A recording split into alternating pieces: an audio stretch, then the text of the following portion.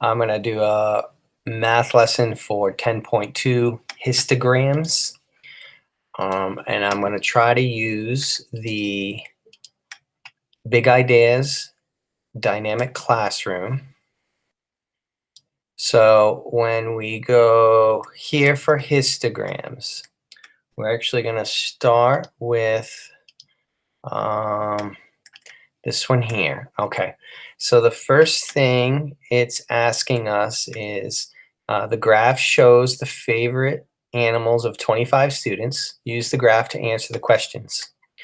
Okay, so we can see that cats were chosen 8 times. That's for you, Andy. Dogs were chosen 12 times. Fish, this is a 3 because it's between the 2 and the 4. And then the hamster was chosen 2 times. So what animal was chosen the least? And we can see that that's the hamster. How many students did not pick cat as their favorite animal? So we have to add up the ones that didn't. So 12 and 3. So 15 and then 16, 17. So we have to make sure we're looking out for that. And all I did was add those 3 numbers right there. How many students said cat or dog was their favorite animal? When it's an or, it's including both numbers. So 12 and 8, which is going to give us the 20. Okay, so you got to make sure we're reading our questions when we're doing these. So the next one I want to do is the warm-up activity right here. So it's saying make a tally chart and bar graph of the data. So this is a tally chart. So when I look at the 1, I can see that there were 1, 2, 3 selected, 1, 2, 3. And then the 2s are 1, 2, 3, 4. So that's where I got 4. And if you haven't made the tally charts before, when you get to a 5, you actually do the diagonal line for a 5. And then you start a whole new set of single lines. So we can see that right here when we go to the tally chart, we have 1 is 3, and here's your 3. 2, we had 4 tallies, and then 3, there were 2 tallies, and then 4, 2 tallies. There were no 5s. So we actually put the 5, but we leave it blank. And then the 6 had 1. And the next one I'm going to go to is this one here. So the frequency table. Frequency means how often something is happening. The frequency table shows the numbers of laps that people in a swimming class completed today. And they want to display the data in a histogram. So we can see number of laps are 1 to 3. The frequency was 11. The number of laps 4 to 6, frequency 4, 7 and 9 is 0. 10 to 12 laps, 3. 13 to 15 laps, 6. So draw and label the axes.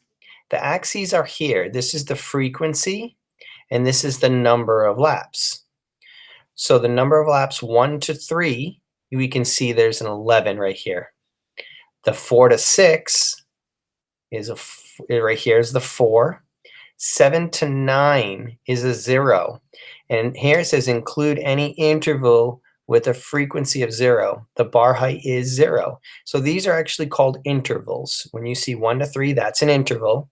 4 to 6 is an interval. 7 to 9, 10 to 12, which had 3, and then 13 to 15, which is 6. When making a histogram, you do not have any spaces between these bars. You can see the 1 to 3 goes right up against the 4 to 6. The only time you'll see a space if there's a 0 and there's no bar, and because it only goes as high as that line anyway. So you can see that they're connected for the histogram.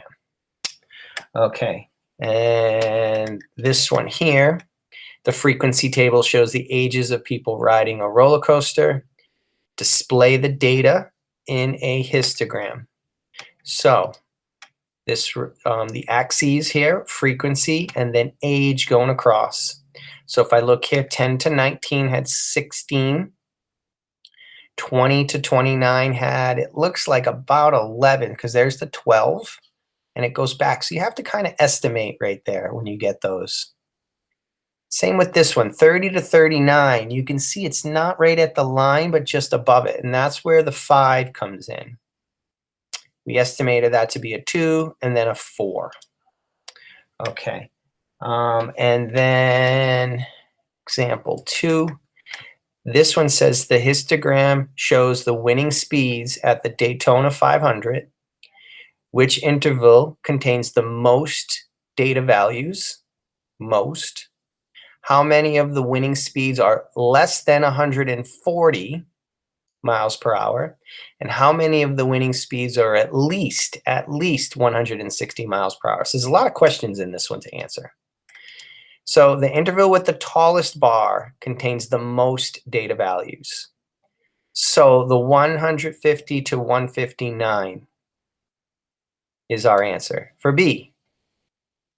One winning speed is in 120 to 129 miles per hour interval, and 4 winning speeds are in 130 to 139. So the question was for B, how many of the winning speeds are less than 140 miles? You had to add those. That's where they got the 1 and then the 4. So that made 5 winning speeds less than 140 miles per hour. Now, letter C, how many of the winning speeds are less than 160? So we got to add all those. So we added the 7 plus the 5. That gave us 12 speeds are at least, at least. So we're actually going this way. So this one was the 7 and this was the 5. And that's where this 12 comes in. Okay, so that's some work on the histograms. I hope that helps you. Please let me know if there is anything else that I can help you guys with. Take care.